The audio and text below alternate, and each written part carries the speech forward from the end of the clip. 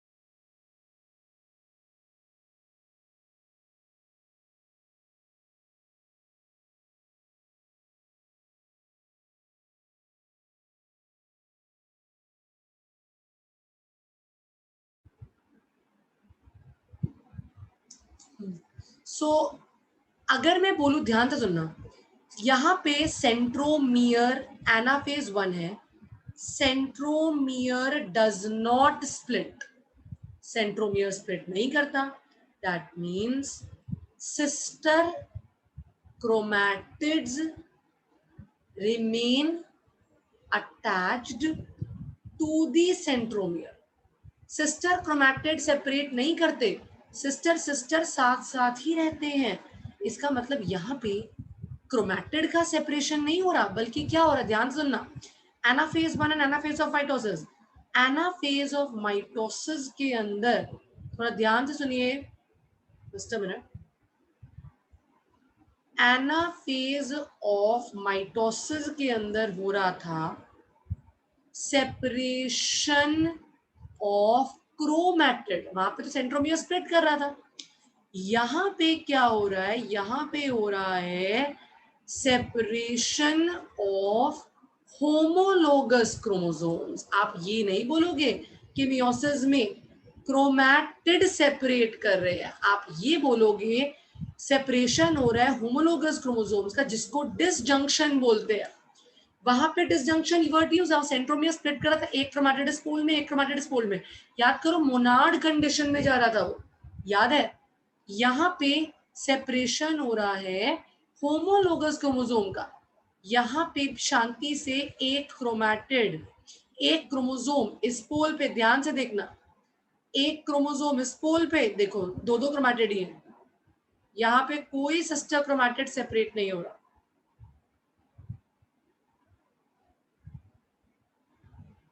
ठीक है। यहाँ पे ये ऐसे, ये ऐसे, ये ऐसे, ये ऐसे, एक क्रोमोसोम इस पोल पे, एक क्रोमोसोम इस पोल पे, तो यहाँ पे डिसजंक्शन हो रहा है। और यहाँ पे कौन सी कंडीशन में आ रहा है, डायाड मोनाड टेट्राड, इसमें कितने क्रोमैटिड है बताओ मुझे, ये ऐसे है, ये कितने क्रोमैटिड है इसमें बताओ, डायड, डायाड। अंबिका देवाशीष नवजोत समझ में आ रहा है, डायाड कंडीशन में जा रहा है, वहां पे माइटोसिस में मोनाड कंडीशन में, डिफरेंसेस पे क्वेश्चन आता है। अच्छा इस मुझे बताओ, इस एक क्रोमोसोम के पेयर को हमने क्या बोला था, पीछे पेयर को क्या बोला था, बाइवेलेंट बोला था, या और क्या बोला था हम लोगों ने, bivalent is equal to tetrad, tetrad. तो अभी आपने बाइवेलेंट के आधे को डायाड बोल दिया, और इसी बाइवेलेंट के आधे को, डायाड को, मैं यूनिवेलेंट या फिर मोनोवेलेंट भी तो बोल सकती हूँ। भाई आपने टेट्राड का आधा डायाड बोला, तो बाइवेलेंट का आधा भी तो मोनोवेलेंट यूनिवेलेंट ही हुआ, ठीक है। तो हम कह सकते हैं कि एनाफेज 1 में there is poleward movement of dyad, या फिर यूनिवेलेंट, या फिर मोनोवेलेंट। कई बार बच्चे कंफ्यूज करते हैं, एनाफेज 1 में there is poleward movement of monad, not monad, monovalent dyad के बराबर है, मोनाड का माइटोसिस में होगा, समझे, बहुत ही बढ़िया डिफरेंस है ये, मोनाड का होगा माइटोसिस में। So there is poleward movement of dyad, univalent या मोनोवेलेंट, बोलो क्लियर है।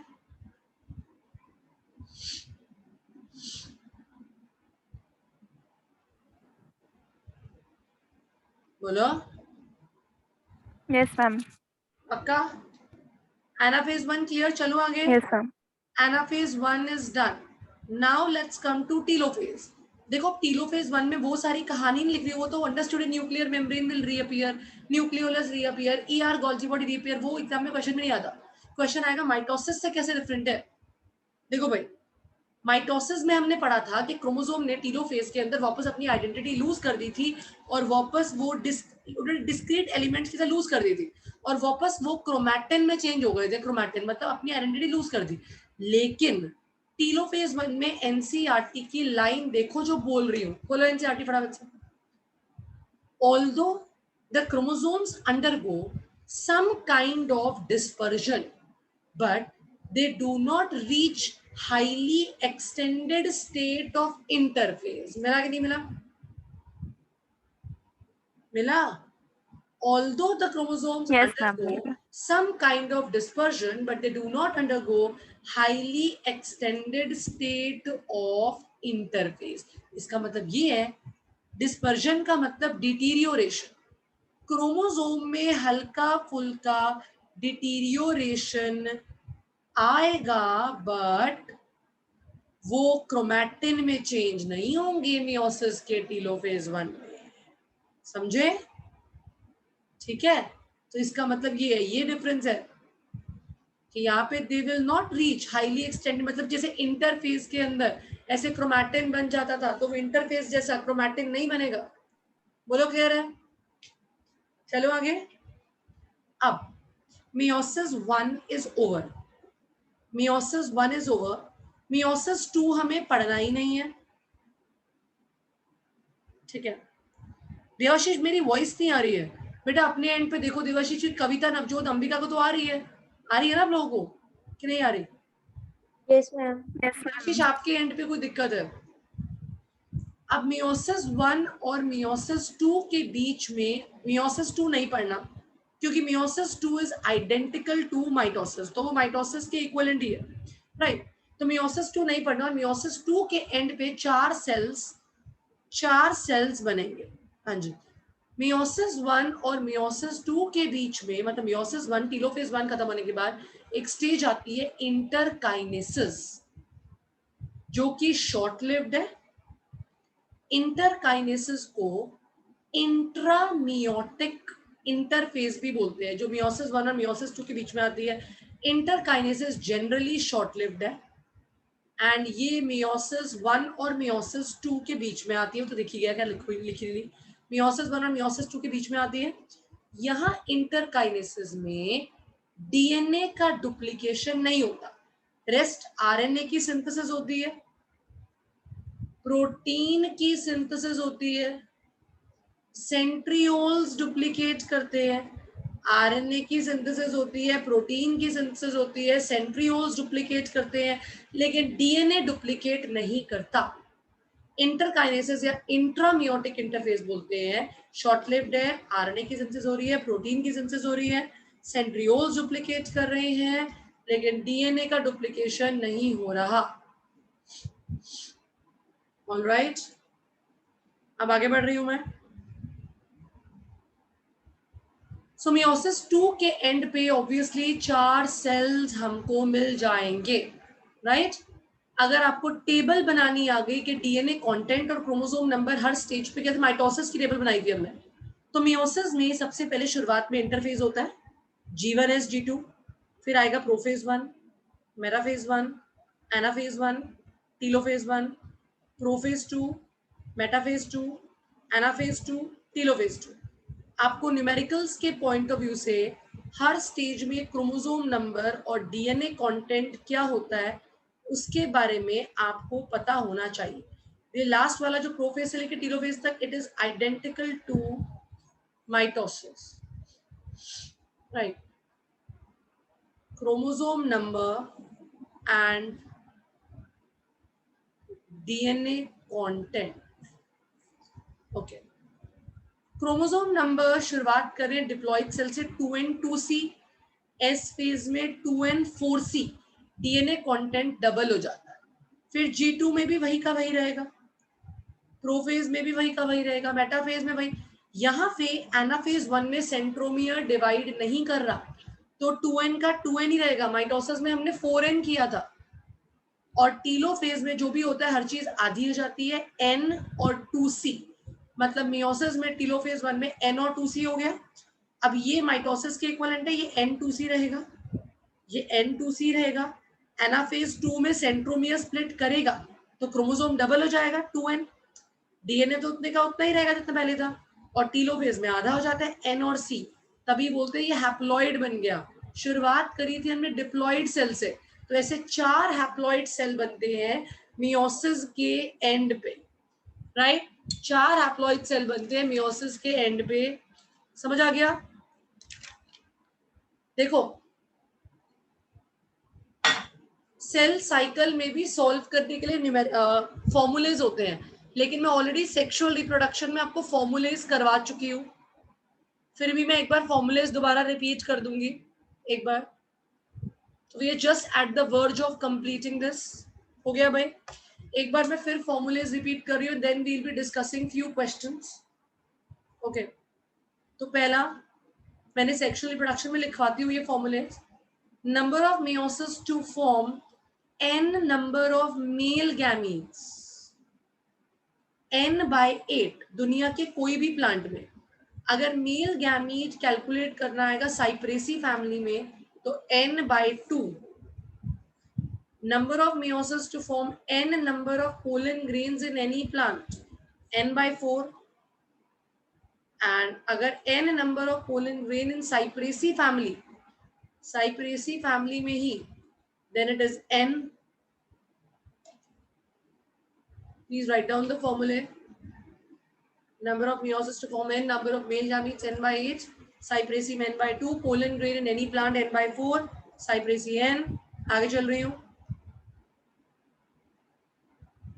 Fifth, number of meiosis to form n number of seeds or grains or fruits or zygote or embryo.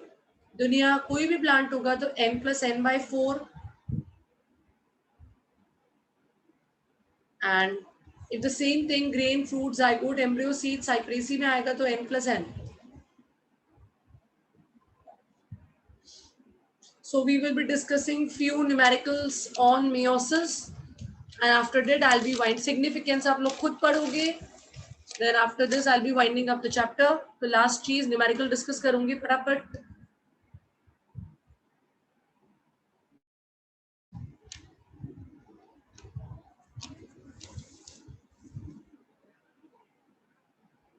हाँ जी. Please write down the first numerical. If there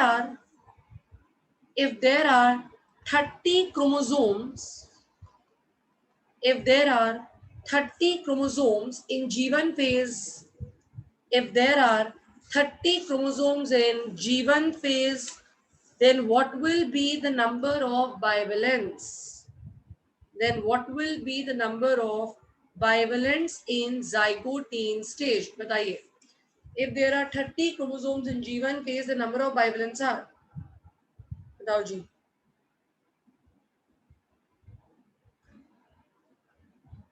अगर 30 chromosome है तो bivalent कितने होंगे? 30 chromosome है तो कितने होंगे? कितने होंगे? Very good, 15. भाई अगर 30 क्रोमोसोम है तो पेयर 15 होंगे, तो बाइवेलेंट n के बराबर है पेयर 15. अगला question. Minimum number of meiotic divisions, minimum number of meiotic divisions to form 100 wheat grains. Minimum number of meiotic divisions to form 100 wheat grains. Minimum number of meiotic divisions to form 100 wheat grains. क्या formula लगेगा? Pollen grain नहीं है, grain है. Grain मतलब fruit. मतलब ये वाला formula n plus n/4. n plus n/4, 100 plus 100 divide by 4, that is 125. Ma'am 125. Yes. अगर पोलन ग्रेन आता तो n/4 लगाते, 25 आता फिर answer. Right? Next question. To produce 102 pollen grains,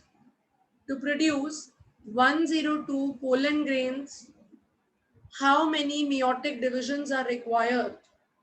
To produce 102 pollen grains, how many meiotic divisions are required?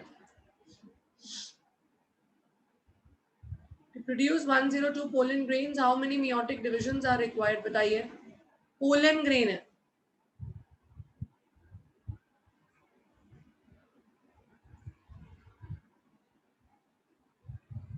Ma'am 25. 25 से 100 बनेंगे, 26 से बनेंगे 104. 25.5 हो नहीं सकता because mitosis meiosis are never fractional. तो अगर 102 बनाना, you will go with the more one, मतलब 26 वाला. 26 आएगा क्योंकि 104 से 2 तो बनी जाएगी ना. 100 बनेगी 25 से, तो you will go with 26 meiosis. Okay. देखो ऑप्शन में 25.5 भी था, बच्चों ने वही मार्क कर दिया था. आया हुआ क्वेश्चन है, mitosis meiosis are never fractional. Next question. How many bivalents are found in myocyte of human? how many bivalents are found in myocyte of human? How many bivalents are found in the myocyte of human?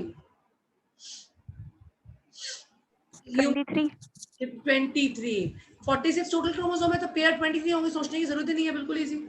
अगला, mention the DNA content, mention the DNA content of the cell at S phase, at prophase 1। ये मत करो क्योंकि eight prophase, ये तो direct आपको direct table से answer कर, टेबल रट लोगे तो कर लोगे कि डीएनए कंटेंट एस फेज पे क्या है, प्रोफेज 1 पे क्या है, प्रोफेज 2 पे क्या है, टेबल से रटना है तो कुछ नहीं करना।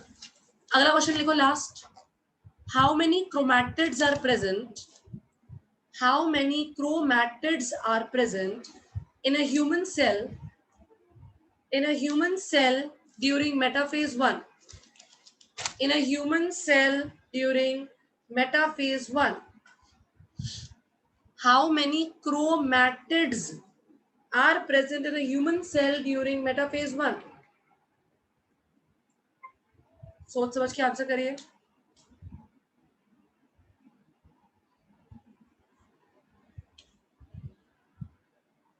एक क्रोमोसोम में कितने क्रोमैटिड होते हैं?